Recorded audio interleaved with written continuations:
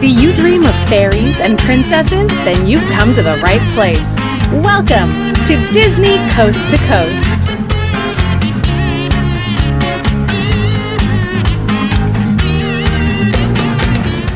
Hey folks, and welcome to Disney Coast to Coast, the ultimate unofficial Disney fan podcast. I'm Jeff DePauli, and in today's House of Mouse headlines, the Three Caballeros are headed to Disney Plus, and a new attraction at Walt Disney World has already shut down for an undetermined amount of time. That and so much more, so let's get to it.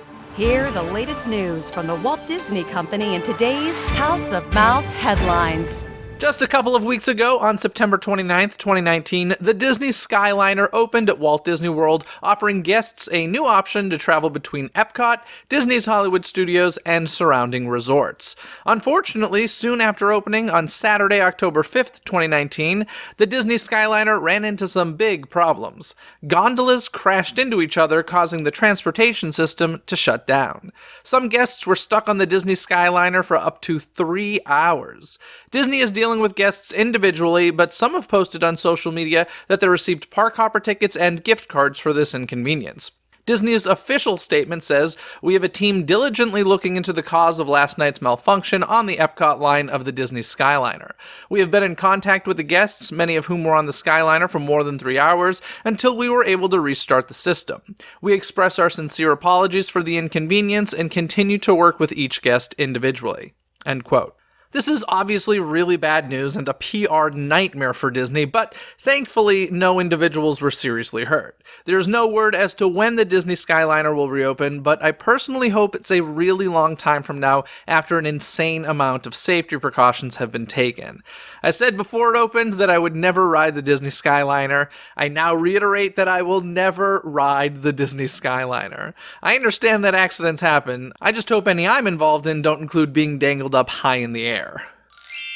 Now let's hop over, by bus not sky, to Disney's Hollywood Studios. For several years now, Disney's Hollywood Studios has been a construction zone due to the park's transformation and the addition of Star Wars Galaxy's Edge. The construction is definitely slowing down there, and some finishing touches have recently reopened with some shops on Hollywood Boulevard and Sunset Boulevard. As you enter Disney's Hollywood Studios, you'll be greeted by a newly reimagined Mickey's of Hollywood on Hollywood Boulevard.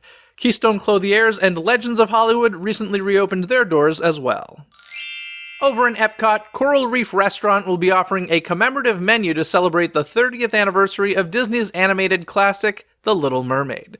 With menu items like the Dingle Hopper Shrimp Cocktail, Chef Louie's Lobster Seafood Boil, and King Triton's Key Lime Tart, this is a menu you'll definitely want to dive right into.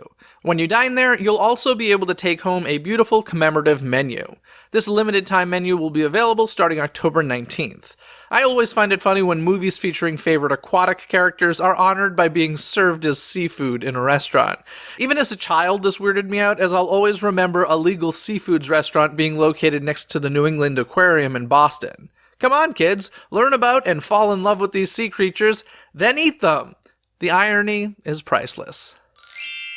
Over at Disney's Animal Kingdom, they're getting into the Halloween spirit at the Animation Experience at Conservation Station. Right in time for the villainous season, they're introducing characters who find themselves as the antagonist in highly popular Disney films. While Scar and Ed from Disney's The Lion King will remain as one of the 6 characters in rotation, beginning October 18th, you can put pencil to paper and learn to draw Bruce from Finding Nemo, and Hopper from A Bug's Life, Shere Khan from The Jungle Book, and Tick-Tock from Peter Pan. Over at Walt Disney World, we've been seeing new skins added to the buses around the resort featuring a bunch of Disney characters. Recently, we saw a giant figment added to the side of one of the buses. This one in particular makes me really happy because I'm often not sure how the Walt Disney Company feels about Figment. There always seems to be the rumor swirling that his attraction is in danger, yet we're beginning to see him be used more and more as an icon for Epcot, especially for the festivals. So whenever I see Figment used outside of Epcot, like on this bus, I take it as a good sign that he's here to stay. At least I'm hoping so. In some additional good bus news, it looks as though Wi-Fi has been added to some of the resort buses. Now let's fly over to the Disneyland Resort, where soon they'll be testing an upgraded Fast Pass system. As you might not already know, Disneyland is definitely behind the times when it comes to Fast Passes compared to the Walt Disney World version, where it's all done digitally. Although Fast Passes at Disneyland are currently set to your Disneyland app or on your park ticket, the machines still spit out that little piece of paper as a return time reminder. Starting October 15th, Disneyland Park will be testing a system in Tomorrowland where the paper system will be gone and it will be done entirely digitally. This will affect the rides Space Mountain, Star Tours The Adventures Continue, and Buzz Lightyear Astro Blasters. As of now, it sounds like it will still be the rule of booking one Fast Pass at a time, and this will not affect Max Pass in any way. But since this is a test program, you should expect changes over time as they perfect the system. Once perfected, I would assume that the technology will go park-wide. So just think, in about 30 years, those paper Fast Passes will be as valuable as an e-ticket. Also in Disneyland Park, and with no warning whatsoever, the hills surrounding Mickey's Toontown seem to have disappeared. Several people on social media have posted images of the land without the mountains, and it kind of weirds me out. The thinking is that this is related to the construction for the upcoming Mickey and Minnie's Runaway Railway. I'm not quite sure how or why all of these mountains were in the way of construction, but regardless, it looks as though the Toontown Mountains will be missing for a good chunk of time, and hopefully they'll return sometime soon. They're iconic. One nice thing about the removal is that I'm sure the paint department will take this time to clean up the hills, as the California sun had done quite the number on them. Now let's fly over to the Tokyo Disneyland Resort, where ground has broken for construction on the new Toy Story Hotel. This hotel is expected to open in 2021, and looks as though it'll be very similar to the Toy Story Hotel that opened with Shanghai Disneyland. Now for some not-so-good news at the Tokyo Disneyland Resort, it has been reported that both theme parks were closed on Saturday, October 12th, as a precaution to prepare for Typhoon Hagas. The parks were planned to open the following afternoon. This episode was recorded before the typhoon, but I'm hoping that all of the proper precautions were taken to keep everybody safe, not only at the resort, but in all areas affected by the typhoon. The release of Disney Plus is inching closer and closer as that November 12th date approaches, and the news about the streaming service is not slowing down. It has been confirmed that The Legend of the Three Caballeros and 101 Dalmatian Street animated series will launch with the service on November 12th. 101 Dalmatian Street will follow the lives of Delilah and Doug, who are pups of Pongo and Perdita, along with their 99 Dalmatian puppies at 101 Dalmatian Street. The Legend of the Three Caballeros will tell the story of Donald Duck, Jose, and Panchito, who end up finding themselves part of a heroic legacy. The Three Caballeros go on an ancestor's quest with the help of a valiant Greek goddess.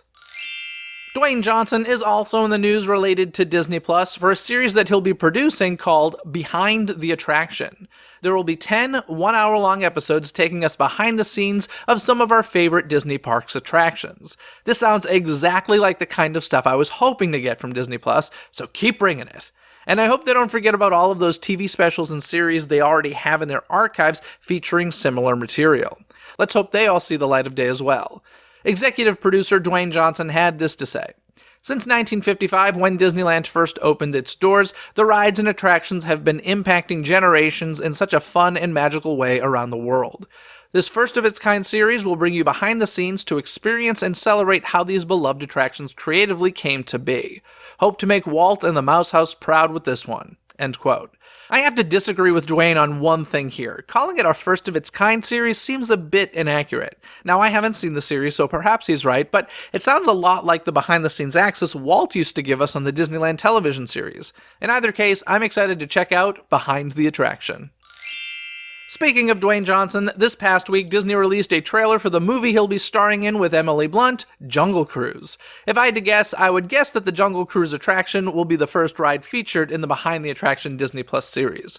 In any case, unlike the character trailers that were shown at D23 Expo, this one features a good amount of both Dwayne Johnson and Emily Blunt. It looks like it's going to be a fun movie with a lot of adventure. Whether or not it'll be as successful as the Pirates of the Caribbean franchise, only time will tell, but it definitely looks like that's what they're going for. I certainly appreciate the nods to the attraction in the trailer, I just hope there are more of them in the movie. Done in a way that makes sense, of course. And this past week, we also got a movie trailer for Disney Pixar's Onward. This film features the voice talents of Chris Pratt and Tom Holland. I will admit that the trailer seemed a bit weird, where they show how they rematerialize their father, but only the lower half of his body. In such a short trailer, it seemed a bit jarring, but based on the extended footage shown at the expo, it does seem to make more sense. So if you are freaked out by the half-body walking around in the trailer, not to worry. I think once it's shown all together, it'll make more sense. Now let's get to this week's Twitter poll where I asked you folks, which 2020 Pixar film are you looking most forward to? Your options were Onward or Soul. In second place was Soul with 43% of the votes, and Onward won with 57% of the votes. It was split pretty even there, but Onward is the winner.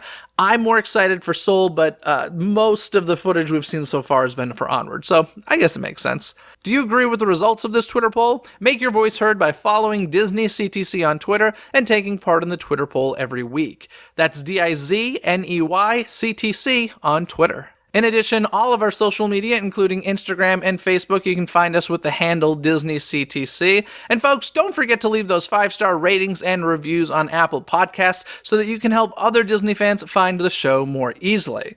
And if you want to start your own podcast, you're tired of just listening to them, head over to youcanpodcastnow.net for some free information. That's youcanpodcastnow.net.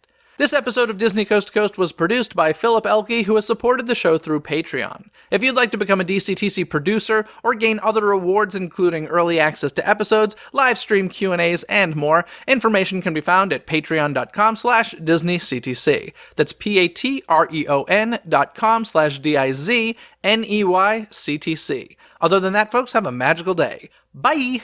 Thanks for listening to Disney Coast to Coast. Have a magical day. Disney Coast to Coast is produced and hosted by Jeff DePauli. Learn more about the podcast and become a supporter at DisneyCoastToCoast.com.